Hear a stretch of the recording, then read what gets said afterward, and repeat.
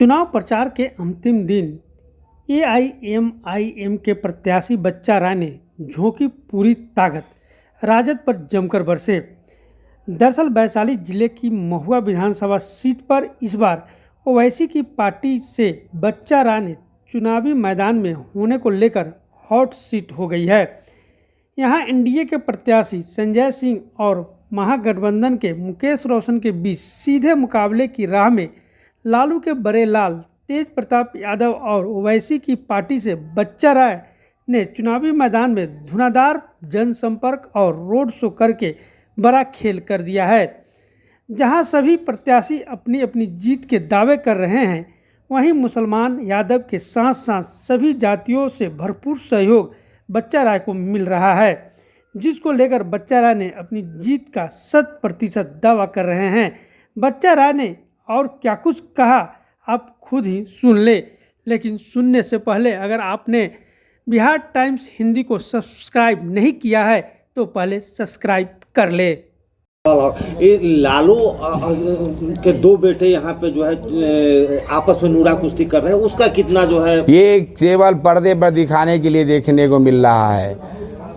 Party की कदावर नेता पूर्व मुख्यमंत्री राबड़ी देवी जी ऑलरेडी जो माता श्री हैं, उन्होंने, मैं उनको प्रणाम करता हूं, सवाल है कि वो पूजनीय हैं, और उन्होंने अपने स्टेटमेंट में कहा है कि मेरा आशीर्वाद सिर्फ और सिर्फ तेज प्रताप के साथ है। उन्होंने ऐसा स्टेटमेंट दिया है, आप देखा होगा, और ये कह रहे हैं कि मेरी पार्टी के साथ है। सवाल है तो यहाँ जहाँ घर में ही अंतर्द्वंद की स्थिति बनी हुई हो और पार्टी का जो निर्णय है वो धरातल पर नहीं है, सवाल है तो हम आपको कहना चाहेंगे ये सब दिखावे की बात चल रही है। सवाल है तेज प्रताप और जहाँ यहाँ मुकेश रोशन की बात जो आप उठा रहे हैं, इन दोनों के पास कोई विकल्प नहीं है। यहाँ जो उनका पार्टी के साथ जो कैडर बोर्ड था वो एआईएम के साथ है, आकर खड़ा हो गया। जदवंशीय यहाँ के जागृत हो गए हैं, उन्हें महसूस हो गया है कि इन दोनों डूबती नैया पर हम चढ़ेंगे तो हमारा गढ़ हमसे छिना जाएगा। जब मुसलमान 99.9 बच्चा राय के साथ है तो इस बार जदवंशी समुदाय ने निर्णय लिया है कि वह सिर्फ और सिर्फ यदुवंशी बेटा बच्चा राय को ही समर्थन देंगे। दलित समुदाय का आशीर्वाद मेरे साथ प्राप्त है, उनका निर्णय है कि सिर्फ और सिर्फ मैं बच्चा राय को ही समर्थन दूंगा।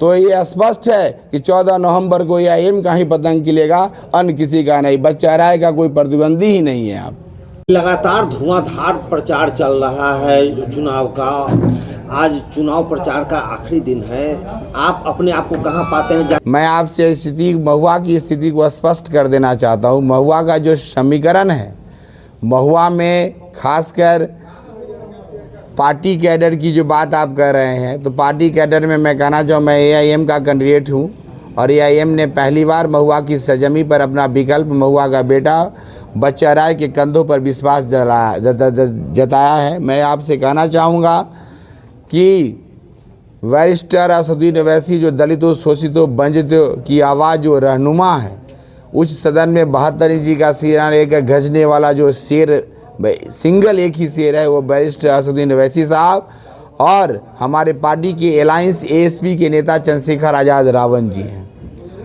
मैं एएसपी, एजीबी और एआईएमआईएम का संयुक्त उम्मीदवार हूँ। मौर्य साहब राष्ट्रीय अध्यक्ष हैं, साथ ही साथ एएसपी के राष्ट्रीय अध्यक्ष चंद्रशेखर आज़ाद रावण जी हैं और मेरे पार्टी के राष्ट्रीय अध्यक्ष बैरिस्टर असदुद्दीन ओवैसी साहब हैं। मैं आपसे कहना चाहूँगा कि बैरिस्टर असदुद्दीन ओवैसी साहब और चंद्रशेखर आज़ाद रावण जी को छोड़कर क्या कोई दलित और शोषितों और वंचितों की आवाज़ बनकर, उसकी आवाज़ को बुलंदी देकर उसकी समस्याओं के निष्पादन हेतु सदन के पटल पर गरजने वाला कोई शेर है? सिंगल इन दोनों शेर को छोड़कर। अतः मैं महुआ की आवाम से अनुरोध करूंगा, और जो भी लोग आज आकर भाषण और संभाषण से सम्मोहित करने की कोशिश कर रहे हैं, महुआ की आवाम जागृत हो चुकी है और मेरे साथ जो समीकरण है दलितों, शोषितों, वंचितों की और अन्य वर्गों का जो वोट है मेरे साथ। मेरा अपना जो कैडर वोट है अल्पसंख्यक समुदाय का, वो 100% सिर्फ मेरे साथ है।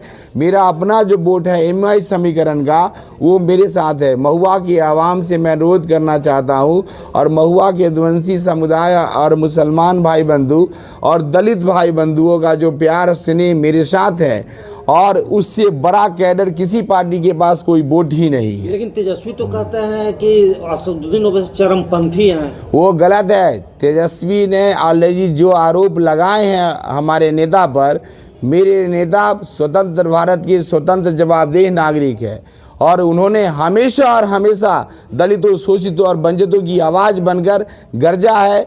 और आज तेजस्वी के पैरों तले जो जमीन खिसक रही है, अल्पसंख्यक मुसलमान भाई बंधुओं ने उन्हें दरकिनार कर दिया है। 74 वर्षों तक जिन मुसलमान भाई बंधुओं को गुमराह करके उन्होंने अपना वोट लेने का काम किया, और आज वो मुसलमान भाई बंधु अपने हक की लड़ाई के लिए सिर्फ CPIM के साथ खड़ा है, तो तेजस्वी ने जो आरोप हमारे नेता पर लगाया है वो सरासर गलत है। मेरे नेता ने कहा है कि तेजस्वी को संविधान पढ़ने में वर्षों का समय लग जाएगा, लेकिन मैं संविधान पदाधिकारियों को जनमानस तक पहुंचाने का काम कर रहा हूं। मैं आपसे वादा करता हूं और कहना भी चाहूँगा कि बैरिस्टर असदुद्दीन ओवैसी साहब जनमानस के लिए नेता बने हुए हैं, और वो ऑलरेडी आज भी एक स्वतंत्र नागरिक के रूप में एक संविधान पदाधिकार प्राप्त अंतर्गत जो कार्य कर रहे हैं संवैधानिकता के तहत, वो जनमानस के लिए करने के लिए वो सक्षम और समर्थ है, और करते रहेंगे। ना वो अपराधी हैं, ना वो कट्टरपंथी है। हर पार्टी का कोई ना कोई नेता होता है, हर जाति का कोई ना कोई नेता होता है। अगर उनमें अन्य वर्गों के साथ साथ अपने समुदाय को लेकर चलने की ताकत है, तो इसके लिए उनको चरमपंथी नहीं कहा जा सकता है। वो एक संवैधानिक लोग हैं। संविधान पर अधिकारों को दिलाने के लिए, जनमानस के जो समस्याओं को लड़ने के लिए, उनके इंसाफ की लड़ाई में को अपनी लड़ाई समझकर उच्च सदन में गरजने के लिए सिंगल वो बैरिस्टर असदुद्दीन ओवैसी साहब ही हैं।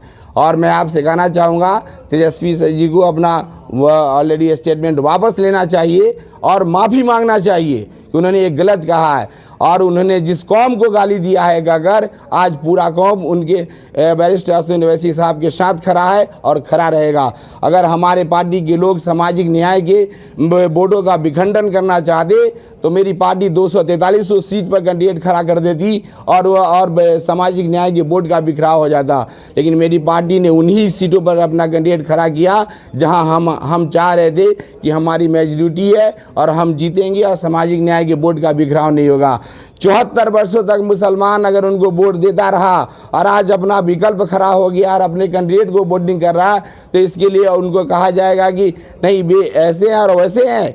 ये तेजस्वी जी की भूल है। और मैं कहना चाहूँगा कि अगर हमारी पार्टी ने उनसे 6 सीट मांगा था, अगर 6 सीट देकर सामाजिक न्याय के वोट को अगर वो बचाना चाहते तो आज उनका बिखराव नहीं होता। आगामी विधानसभा चुनाव का परिणाम 14 नवंबर 2025 को, इस विधानसभा के चुनाव का परिणाम 14 नवंबर 2025 को आने जा रहा है। आप देखेंगे कि हमारी पार्टी जिन सीटों पर अपने कैंडिडेट को खड़ा की है, सभी कैंडिडेट विजयी होकर आएंगे और नई सरकार बनाने में अपनी महती भूमिका निभाएंगे।